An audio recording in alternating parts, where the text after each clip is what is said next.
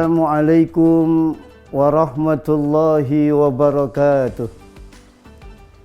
Alhamdulillahilladzi ja'ala sahra ramadana sahra siyama lil mu'minin.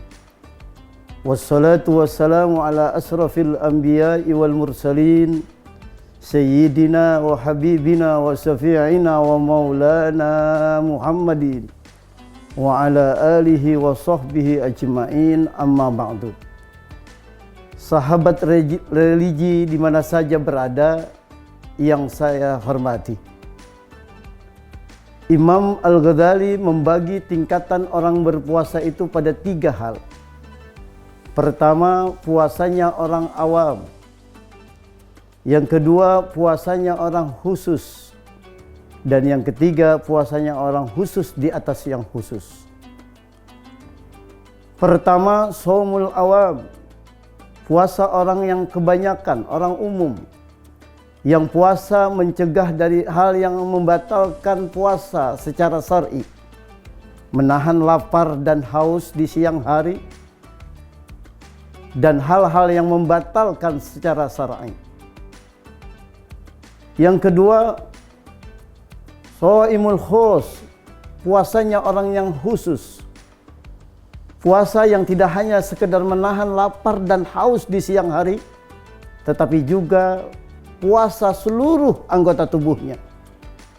Lisannya berpuasa, telinganya berpuasa, kakinya berpuasa dari hal-hal yang membatalkan pahala puasa. Dan yang ketiga, puasanya khusul alal khus, khusus di atas yang khusus. Puasa bukan hanya sekedar menahan lapar dan haus. Puasa bukan hanya sekedar menahan dari seluruh anggota tubuhnya, tetapi hatinya pun ikut berpuasa. Sahabat religi yang saya hormati, ma'asyiral muslimin yang berbahagia. Satu hari baginda Rasul sallallahu alaihi wasallam didatangi oleh seorang sahabat. Seorang sahabat bertanya kepada baginda Rasul, "Ya Rasulullah, qultu ya Rasulullah, man najatu?" Apa yang menyebabkan kita selamat dari siksa dunia maupun siksa di akhirat? Qala Nabi sallallahu alaihi wasallam, maka bersabda Rasulullah sallallahu alaihi wasallam, kata beliau, "Amliku alaika lisanuka wal yasaka baituka wabki ala hati'atika." Al hadis atau kama qala Rasulullah sallallahu alaihi wasallam. Ketika sahabat bertanya apa yang menyebabkan kita selamat hidup di dunia dan di akhirat, kata beliau ada 3. Yang pertama, amliku alaika lisanuka. Aku perintahkan engkau kuasailah lisanmu. Ini yang menjadi sahid dari tema kita pada kesempatan ini, puasa menjaga lisan dan hati. Bagaimana kita mampu menjaga lisan kita dari menceritakan keburukan orang lain, menghina orang lain, berbuat bohong. Bahkan dalam konteks sekarang ini, bukan saja lisan, tapi diwejantahkan pada jari jemari kita apa yang bisa kita lakukan pada media sosial. Sahabat religi yang saya hormati,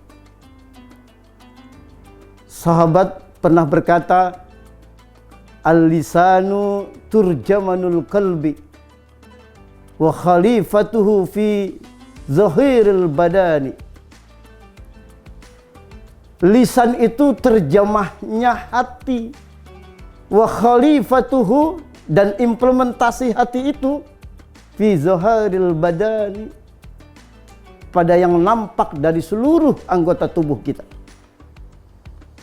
Kalau hati kita baik, kalau hati kita benar, maka yang keluar dari anggota tubuh kita pasti benar. Bagaimana lisan yang keluar dari lidah kita itu baik atau tidak baik, itu biasanya tergantung dari hati kita.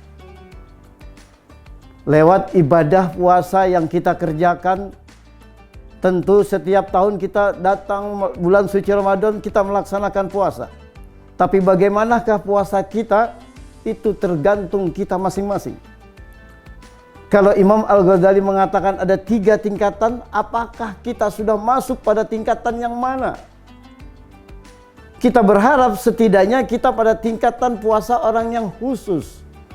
Puasa yang bukan hanya sekedar menahan lapar dan haus saja. Karena yang membatalkan puasa itu ada 2. Pertama, yang membatalkan puasa karena syariat. Apabila kita batal puasa, maka batallah puasa kita karena kita makan atau minum. Berdosa kita tidak berpuasa, kita ganti puasa kita dengan qada di bulan-bulan yang lain. Artinya tidak gugur kewajiban kita. Yang kedua, yang membatalkan pahala puasa kita. Yang membatalkan pahala puasa kita bukan makan dan minum, tapi salah satunya adalah ketika kita berbuat bohong, menghina orang, menceritakan keburukan orang lain, itu yang membatalkan pahala puasa kita. Gugur kewajiban puasa kita, tapi dari puasa kita tidak dapat apa-apa kecuali lapar dan haus. Sebagaimana Rasul sallallahu alaihi wasallam pernah bersabda, "Kam min shaimin laisa lahu min siyamihi ilal ju' wal ajz." Berapa banyak orang yang berpuasa, dari puasanya tidak dapat apa-apa kecuali lapar dan haus. Sahabat religi di mana saja berada yang saya muliakan. Oleh karena itu, marilah puasa di bulan Ramadan tahun ini kita tingkatkan jauh yang lebih baik. Bukan hanya sekedar menahan lapar dan haus, tapi menjaga lisan kita. Itulah yang menyelamatkan kita di dunia dan di akhirat. Tantangan zaman sekarang ini, di saat media sosial begitu gencar, kita tidak terasa saat puasa kita bermain handphone, bermain media sosial, lalu kita menghina atau men-share hal-hal yang bohong atau hoak, maka batal pahala puasa kita. Saudara hadirin yang saya muliakan. Yang kedua, kata Rasulullah sallallahu alaihi wasallam, yang dapat menyelamatkan kita di dunia dan di akhirat, wal yasaka baituka. Luaskanlah rumahmu. Maknanya adalah penuhilah keluargamu. Bahagiakanlah keluargamu. Apalagi di bulan suci Ramadan. Ini suasana yang sangat mendukung.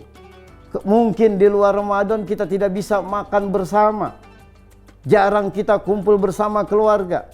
Maka di saat bulan suci Ramadan, kita bahagiakan keluarga kita, makan bersama, sholat berjamaah bersama. Dan itulah yang menyelamatkan kita di dunia dan di akhirat. Yang terakhir, wabkika ala khati'atika, nangislah engkau terhadap kesalahan-kesalahanmu. Di bulan suci Ramadan ini, lisan kita perbanyak dengan berzikir, istighfar, minta ampun kepada Allah Subhanahu wa taala. Sahabat religi yang bahagia, semoga ada manfaatnya. Wallahul muwaffiq ila aqwamit thoriq. Assalamualaikum warahmatullahi wabarakatuh.